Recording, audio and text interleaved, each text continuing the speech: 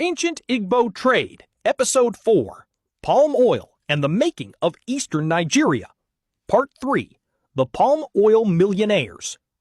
By the middle of the 19th century, palm oil had created a new class of African business leaders. Across the Niger Delta and eastern Nigeria, merchant families built commercial empires that stretched from inland markets to the Atlantic coast.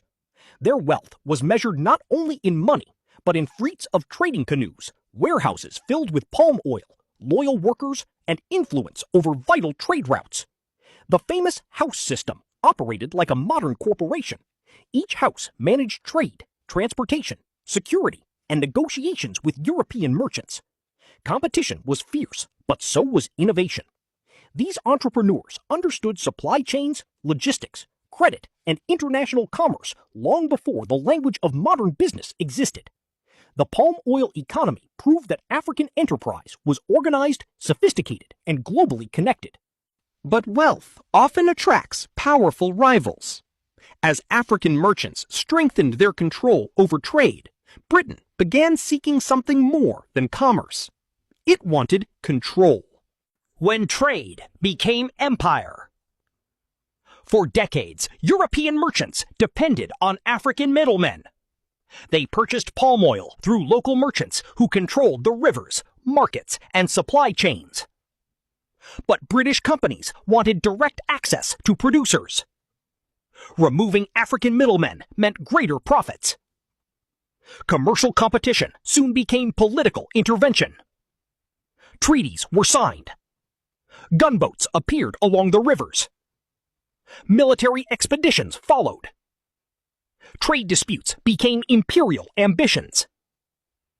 The establishment of the Royal Niger Company transformed a commercial enterprise into a governing authority, giving a private company extraordinary power over territories, trade, and diplomacy.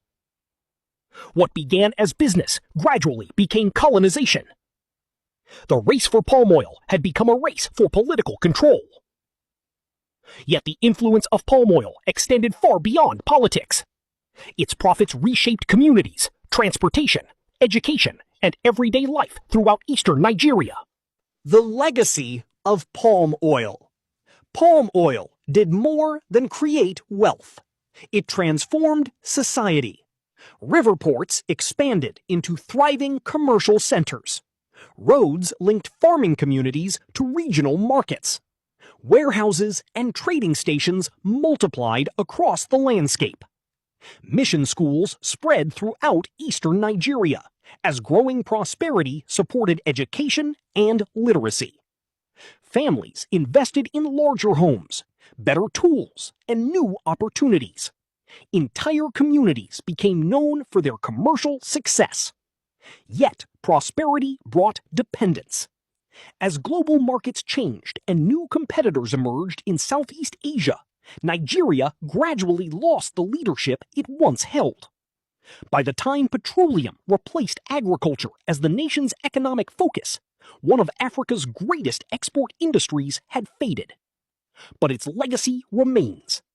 The story of palm oil reminds us that long before crude oil, Nigeria had already shown the world the power of indigenous enterprise, innovation, and global trade.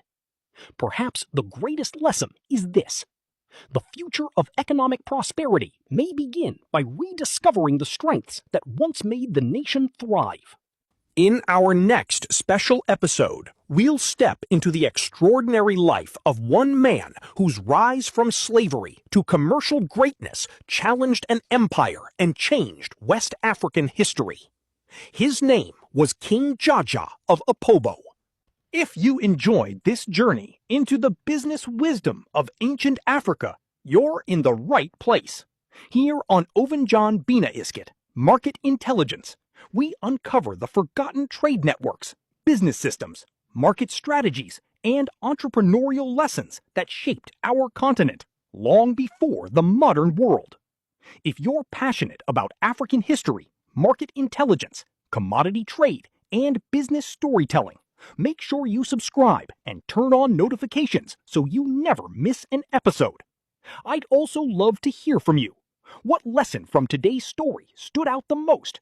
Share your thoughts in the comments below. And if you're Igbo, tell us your traditional market day. Eke, Oye, Afor, or Nkwo. Let's celebrate our heritage together. For in-depth market research, business insights, and articles, visit www.ovenjohnbinaiskit.com. Until next time, remember this: great civilizations were built on trust. Great businesses are built the same way. I'm Ovenjohn Bina Iskit. Build, automate, analyze, succeed.